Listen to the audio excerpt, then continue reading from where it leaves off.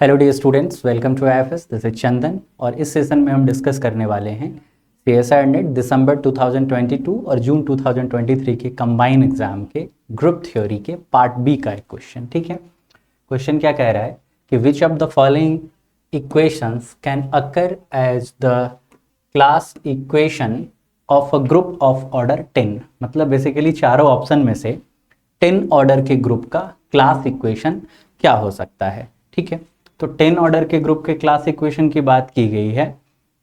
तो अगर आप देखिए कि ग्रुप का ऑर्डर अगर 10 होता है, ऑर्डर ऑफ जी अगर 10 है, तो ये बेसिकली क्या है, 2 इंटू पी ऑर्डर का ग्रुप है। ठीक है, पी हमारे पास 5 है, ये क्या है, एक प्राइम नंबर है। ठीक है, तो हमारे पास रिजल्ट क्या होता है, रिजल्ट ये है कि if order of g is equals to 2p और p क्या है मेरा, odd prime, then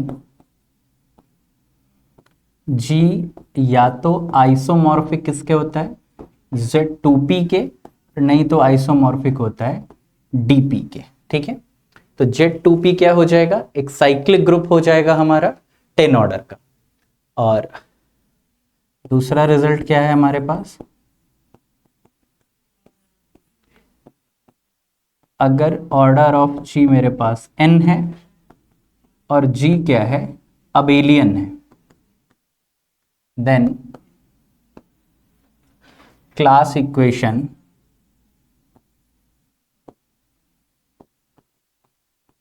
of g is n is equals to 1 plus 1 plus dot dot dot plus 1। कितने टाइम हो जाएगा, n टाइम्स हो जाएगा। ठीक है, तो अगर इस क्वेश्चन की बात करें तो हमारा ग्रुप या तो आइसोमॉर्फिक होगा Z2P के, मतलब एक साइक्लिक ग्रुप होगा 2P ऑर्डर का, 2 इंटू 5 10 ऑर्डर का, और नहीं तो 10 ऑर्डर का नॉन अबेलियन ग्रुप होगा। लाइक यहाँ पे हम अभी के कॉन्टेक्स्ट में क्या कह सकते हैं कि ये या तो Z10 के आइसोमॉर्फिक हो सकता है, नहीं तो D5 के आइसोमॉर्फिक हो सकता है। ठीक है, तो हमें ये स्पेसिफाई तो किया नहीं है कि अबेलियन के लिए बात करना है, नॉन अबेलियन के लिए बात करना है, 10 ऑर्डर के ग्रुप के क्लास इक्वेशन की बात करनी। तो फर्स्ट ऑप्शन में जो 10 इक्वल टू 1 प्लस 1 10 टाइम दिया गया है, ऑब्वियसली ये एक 10 ऑर्डर के अबेलियन ग्रुप के क्लास इक्वेशन को रिप्रेजेंट कर रहा है, तो ऑप्शन ए तो डेफिनेटली ट्रू होगा। और पार्ट बी का क्वेश्चन है, क्वेश्चन सही है तो ऑप्शन ये फर्स्ट ऑप्शन ट्रू हो गया, 2 3 4 को फॉल्स होना है।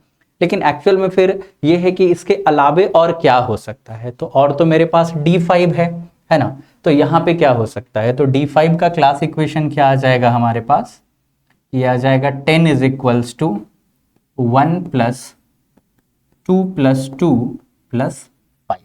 ठीक है, dn में अगर n ऑड होता है हमारे पास तो क्या होगा, dn में n रोटेशन और n रिफ्लेक्शन होते हैं, तो D5 में 5 रोटेशन और 5 रिफ्लेक्शन हो जाएंगे। ठीक है, तो ये 5 किसके लिए है, पांचों रिफ्लेक्शन एक क्लास में आ गए। अब सेंटर में एक एलिमेंट जो आइडेंटिटी है वो यहां आ गया।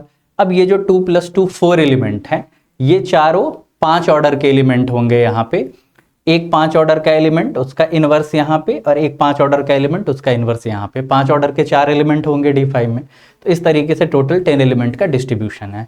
तो आप देख सकते हैं कि 1 प्लस 2 प्लस 2 प्लस 5 जो है इन चारों ऑप्शन में से कोई भी नहीं है। ठीक है, उसके अलावा भी डिस्कार्ड करने के लिए और भी तरीके थे, जैसे कि क्लास की कार्डिनैलिटी जो होती है वो हमेशा ग्रुप के ऑर्डर को डिवाइड करता है।